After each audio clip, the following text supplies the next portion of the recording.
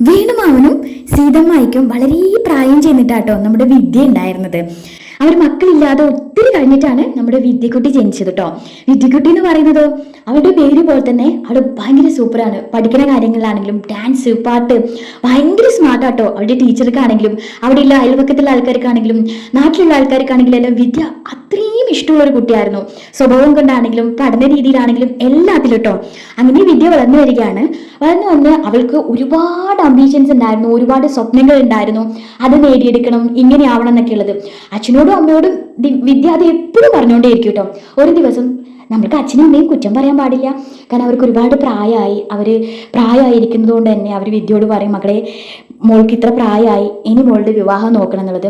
അവൾ ഒരുപാട് വിഷമിച്ചു. അവൾ പറഞ്ഞു, അച്ഛാ എനിക്ക് ഇപ്പോഴും 20 വയസ്സല്ലേ ആയിട്ടുള്ളൂ, എനിക്ക് ഒരുപാട് കാര്യങ്ങൾ നേടിയെടുക്കാനുണ്ട്, എൻ്റെ പഠനം കഴിഞ്ഞിട്ടില്ല എന്നൊക്കെ പറഞ്ഞു. പക്ഷേ അച്ഛൻ്റെ അമ്മയുടെ പ്രയാസം അവൾ മനസ്സിലാക്കുന്നുണ്ടായിരുന്നു. കാരണം അവൾ അച്ഛനും അമ്മയെ ഒത്തിരി ഇഷ്ടപ്പെട്ടിട്ടുണ്ടായിരുന്നു.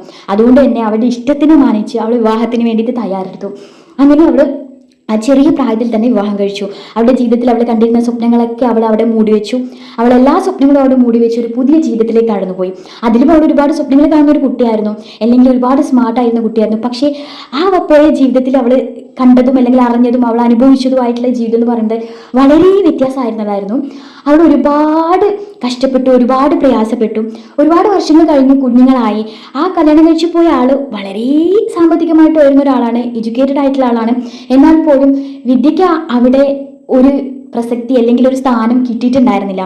അവൾ ആ വീടിന്റെ 4 ചുമരുക്കുള്ളിൽ ഒതുങ്ങി ജീവിക്കുന്ന ഒരു സാധാരണ പെൺകുട്ടിയായി അല്ലെങ്കിൽ സാധാരണ സ്ത്രീ ആയിട്ട് അവിടെ ജീവിച്ചു പോവായിരുന്നു. പക്ഷെ അവൾ ചെറുപ്പത്തിൽ അല്ലെങ്കിൽ അവൾ വളർന്നു വന്ന കാലത്ത് അവൾ അത്രയും സ്മാർട്ടായിരുന്നു.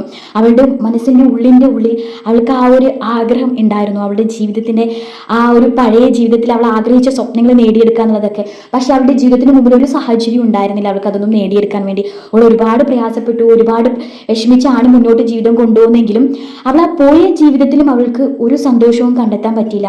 അല്ലെങ്കിൽ അവളുടെ ഹസ്ബൻഡിന്റെ ഭാഗത്ത് നിന്ന് അവൾക്ക് ഒരു റെസ്പോൺസും അല്ലെങ്കിൽ ഒരു സ്നേഹവും ഒന്നും ഒരു പരിഗണനയും കിട്ടിയില്ല.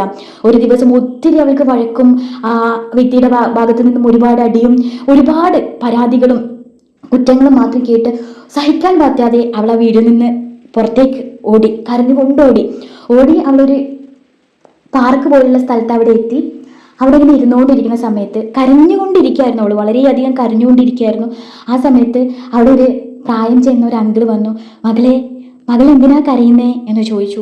അത് കേട്ട വിദ്യ ഞെട്ടി ഒന്ന് തിരിഞ്ഞു നോക്കി. ആ അങ്കിൾ ചോദിച്ചു, എന്തിനാ കരയുന്നു മകളെ? എന്നിട്ട് പറഞ്ഞു, ഒന്നുമില്ല അങ്കിൾ, കുഴപ്പമൊന്നുമില്ല എന്നവൾ പറഞ്ഞു. എന്നിട്ട് ഇല്ല മകളെ, മോക്ക് എന്തോ പ്രശ്നമുണ്ട്, അങ്കിളിനോട് പറയാന്ന് പറഞ്ഞു. അപ്പോൾ അവൾ പറഞ്ഞു, ഞാൻ ജീവിതത്തിൽ തോറ്റുപോയി. എൻ്റെ ജീവിതത്തിൽ ഞാൻ കണ്ട സ്വപ്നങ്ങളും എല്ലാം ഞാൻ എൻ്റെ അച്ഛനും അമ്മയ്ക്കും വേണ്ടി മാറ്റിവെച്ചു. പക്ഷേ അവരെനിക്ക് തിരഞ്ഞെടുത്ത് തന്ന എൻ്റെ ജീവിതത്തിലും ഞാൻ തോറ്റുപോയി. അവിടെയും എനിക്കൊന്നും കണ്ടെത്താൻ പറ്റിയില്ല. അപ്പോൾ അങ്കിൾ പറഞ്ഞു, മോളെ വിഷമിക്കരുത്, ജീവിതത്തിൽ നമ്മൾക്ക് എല്ലാവർക്കും തോൽവിയുണ്ട്, വിജയത്തിന് ഒരു പടിയുണ്ട്. പക്ഷെ നമ്മളിപ്പോൾ നമ്മുടെ കാൽക്കീഴിൽ ഒരു വിജയം വരും എന്ന് വിചാരിച്ച് നമ്മളിരുന്ന ആ വിജയം നമ്മുടെ കാൽക്കീഴിലേക്ക് വരില്ല. നമ്മൾ അതിനായിട്ട് പ്രയത്നിക്കണം. മോള് വിഷമിക്കരുത്, മോള് വളരെ സ്മാർട്ടായ അല്ലെങ്കിൽ വളരെ ബ്രില്യൻ്റ് ആയിട്ടുള്ള കുട്ടിയാണ്, മോൾ ഇവിടെ നിന്ന് മോളുടെ ജീവിതം തുടങ്ങണം എന്ന് പറഞ്ഞിട്ട് ഒരു ചെക്ക് ലീഫ് ആ കുട്ടിയുടെ കയ്യിലേക്ക് കൊടുക്കും. അവളത് വാങ്ങാൻ മടിക്കും. പക്ഷെ പറയും, ഇല്ല മോളെ, ഞാൻ ഈ നാട്ടിലെ വളരെ പ്രമാണിയായിട്ടുള്ള ക്യാഷ് ഉള്ള ഒരാളാണ്, മോളിത് വാങ്ങണമെന്ന് പറഞ്ഞിട്ട് കൊടുക്കും. അവളുടെ ആ ഒരു നിമിഷത്തിൽ അവളത് വാങ്ങി. കാരണം എന്ന് വെച്ച് കഴിഞ്ഞാൽ അവളുടെ ജീവിതത്തിൽ അവൾക്ക് കിട്ടിയ എന്തോ ഒരു ബലമായിട്ട് അവൾക്കത് തോന്നി.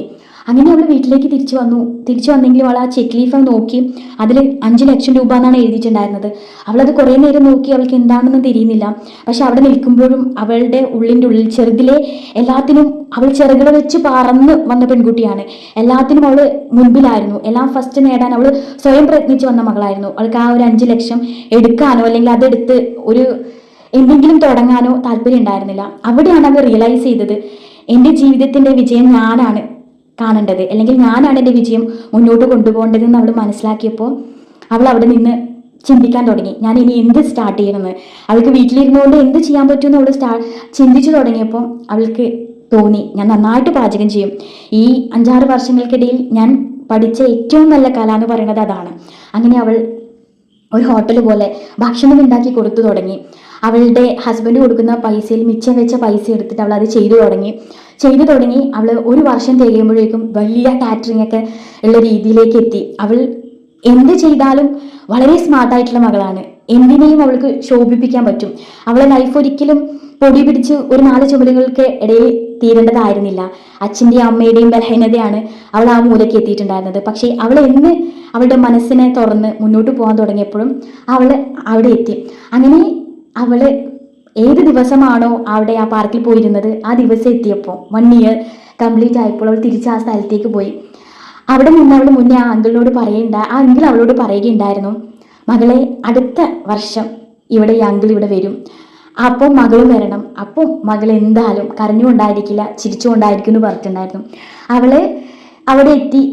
അവള് സന്തോഷത്തോടു കൂടിയാണ് പോണത്. കാരണം ഞാൻ അങ്കിള് തന്ന ചെക്ക് യൂസ് ചെയ്തിട്ടില്ല, യൂസ് ചെയ്യാതെയാണ് ഞാൻ ഇവിടെ എത്തിയിട്ടുള്ളത്, എനിക്ക് ആ അങ്കിളിനോട് അത് പറയണം എന്നുള്ള ഒരു സന്തോഷത്തോടു കൂടിയാണ് അവൾ അവിടേക്ക് പോയത് കേട്ടോ. അവൾ അവിടെ എത്തി കുറേ നേരം വെയിറ്റ് ചെയ്തു, ആളെ കാണുന്നില്ല. അവൾക്ക് ആകെ സങ്കടമായി. കാരണം അവളെ ലൈഫിൽ അച്ചീവ് ചെയ്തിട്ടുള്ള ആ ഒരു സന്തോഷം അദ്ദേഹത്തോട് പറയാൻ അവൾ അത്രയും സന്തോഷത്തോടു കൂടി അവിടെ ഇരിക്കുകയാണ്. കാരണം എന്ന് വെച്ചാൽ അവളുടെ ലൈഫിൽ ആ ഒരു പോയിന്റിലേക്ക് അവൾ എത്തിയത് ആ അദ്ദേഹത്തെ കൊണ്ടാണ്. അപ്പോൾ ഞാൻ ഈ ചെക്ക് യൂസ് ചെയ്തിട്ടില്ല, ഞാൻ സ്വയം പ്രയത്നിച്ച് എൻ്റെ ലൈഫിൽ ഇവിടം വരെ എത്തിയെന്ന് അവൾക്ക് പറയാനുള്ള ആ ഒരു സന്തോഷത്തിലായിരുന്നു അവൾ അവിടെ. കുറേ നേരം അവൾ വെയിറ്റ് ചെയ്തു. കാണാതായപ്പോൾ അവളൊന്ന് പേടിച്ചു. കാരണം പ്രായമായ ആളൊക്കെ അല്ലേ. അപ്പോൾ അവളെന്ത് ചുറ്റും നോക്കി. അപ്പോഴും മുന്നേ അവിടെ കണ്ടിരുന്ന ആ ഒരു പീഡിയ അവിടെ ഉണ്ടായിരുന്നു. അവൾ അവിടെ പോയി അവിടെയുള്ള അമ്മയോട് ചോദിച്ചു, അമ്മേ ഇങ്ങനെ എപ്പോഴും ഇവിടെ വരുന്നൊരു അങ്കിൾ ഉണ്ടായിരുന്നില്ലേ, ആ അങ്കിൾ ഇപ്പോൾ വരാറില്ലേ എന്നൊക്കെ ചോദിച്ചപ്പം ആ അമ്മയ്ക്ക് ആദ്യം മനസ്സിലായില്ല. പക്ഷേ ഇവള് ആ അങ്കിളിനെ പറ്റി വിവരിച്ചു പറഞ്ഞപ്പം ആ അമ്മയ്ക്ക് മനസ്സിലായി. ആ അമ്മ പറഞ്ഞു, ആ അങ്കിൾ കുറേ വർഷങ്ങളായി ഇവിടെ വന്നുകൊണ്ടിരിക്കുന്ന ഒരാളായിരുന്നു മോളെ. അദ്ദേഹം ഒരു 3-4 വർഷം മുന്നേ വരെ അദ്ദേഹം വളരെ വലിയ പണക്കാരനായിരുന്നു. ഇപ്പം 3-4 വർഷമായിട്ട് അദ്ദേഹം വളരെ പാപ്പരായിട്ടാണ്. കാരണം അദ്ദേഹത്തിൻ്റെ മക്കൾ അദ്ദേഹത്തെ ചതിച്ചു, അദ്ദേഹത്തിന് ഒന്നുമില്ല. ഇപ്പം അദ്ദേഹം 1 വർഷമായിട്ട് ഏതോ ഒരു വൃദ്ധസദനത്തിലാണെന്ന് കേൾക്കേണ്ടായി എന്നൊക്കെ പറഞ്ഞു. ഇത് കേട്ട് ഇവള് ഒന്ന് നിശബ്ദയായി. ഒന്നും ഇവൾക്കും മനസ്സിലാകുന്നില്ല. അപ്പോൾ അവൾ ചോദിച്ചു, എത്ര വർഷം മുമ്പേ അദ്ദേഹം പാപ്പരായി എന്ന് ചോദിച്ചപ്പം പറഞ്ഞു, അവൾ 3-4 വർഷം മുന്നേ ആള് പാപ്പർ ആയി മക്കളെ ചതിച്ചതായിരുന്നു എന്ന് പറഞ്ഞു. ഇത് കേട്ടൊന്നും അവളൊന്ന് സ്റ്റക്കായെങ്കിലും അവള് അദ്ദേഹത്തെ പറ്റി കുറച്ചു നേരം ചിന്തിച്ചിരുന്നിട്ട് അവൾ സ്വയം പറയുണ്ടായി, ഞാൻ എന്നിൽ വിശ്വസിച്ചതുകൊണ്ട് ഞാൻ ഈ ലൈഫിൽ ഇവിടെ എത്തി. ആ അങ്കിള് തന്ന ക്യാഷ് പോയി എടുക്കുകയോ അങ്ങനെ ശ്രദ്ധിച്ചിട്ടുണ്ടെങ്കിൽ തീർച്ചയായിട്ടും അവൾ അവിടെയും ഡൗൺ ആയി പോയേനെ. പക്ഷേ ആ അങ്കിളിൻ്റെ ലൈഫിൽ അങ്കിള് ജീവിച്ച് വന്ന ആ ഒരു വഴി അങ്കിളിന് അറിയാം. ആ അങ്കിളിൻ്റെ കോൺഫിഡൻസ് ആണ് അവൾക്ക് പകർന്നു കൊടുത്തത്. അതിലൂടെയാണ് അവളെ കണ്ടപ്പോൾ അങ്കിളിന് തോന്നിയിട്ടുണ്ടാവും അവൾ എന്തായാലും ഒരു നിലയ്ക്ക് എത്തും എന്നുള്ളത്. അവൾ ആ ഒരു സന്തോഷത്തിൽ ഞാൻ സ്വയം കൈവരിച്ചു എൻ്റെ ലൈഫിനെ എന്നുള്ള സന്തോഷത്തിൽ അവൾ അവിടെ കുറച്ചു നേരം ഇരുന്നു. ഇവർ വളരെ സ്മാർട്ടും അതുപോലെ ഭയങ്കര ചുറുചുറുക്കുമായിരുന്നു നമ്മുടെ വിദ്യ. തിരിച്ചെടുത്തത് അവളുടെ ആ ഒരു ലൈഫിനെയാണ്. അവൾ സ്വയം വിശ്വസിച്ചതുകൊണ്ട്, അവളെ ജീവിതത്തിൽ വിശ്വസിച്ചതുകൊണ്ട് അവൾ നേടിയെടുത്തത് ഒരു വലിയ സന്തോഷം നിറഞ്ഞ ജീവിതമാണ്. നമ്മളെല്ലാവരും നമ്മുടെ ലൈഫിൽ മറന്നു പോയിട്ടുള്ള നമ്മുടെ ലൈഫിനെ നമ്മൾ തിരിച്ചെടുക്കണം. നമ്മുടെ ജീവിതത്തിൽ നമ്മളെ തന്നെ വിശ്വസിച്ച് ഹാർഡ് വർക്ക് ചെയ്താൽ നമുക്ക് നേടിയെടുക്കാൻ പറ്റാത്ത ഒന്നുമില്ല കേട്ടോ. നമ്മൾ തിരിഞ്ഞു നോക്കുമ്പോൾ നമ്മുടെ ജീവിതത്തിൽ നമ്മൾ എന്തൊക്കെയോ നഷ്ടപ്പെട്ടു പോയിട്ടുണ്ടാവും, പൊടി പിടിച്ച് പോയിട്ടുണ്ടാവും. അതെല്ലാം നമ്മൾ തട്ടിയെടുത്താൽ നമുക്ക് കിട്ടാൻ പോകുന്ന നേട്ടം എന്ന് പറയുന്നത് വലിയതായിരിക്കാം. അപ്പോൾ തീർച്ചയായിട്ടും നിങ്ങൾക്ക് ഈ സ്റ്റോറി നിങ്ങളുടെ ലൈഫിൽ എവിടെയെങ്കിലൊക്കെ സ്വാധീനിച്ചിട്ടുണ്ടാവും. ഇഷ്ടമായിട്ടുണ്ടെങ്കിൽ ലൈക്ക് ചെയ്യണേ.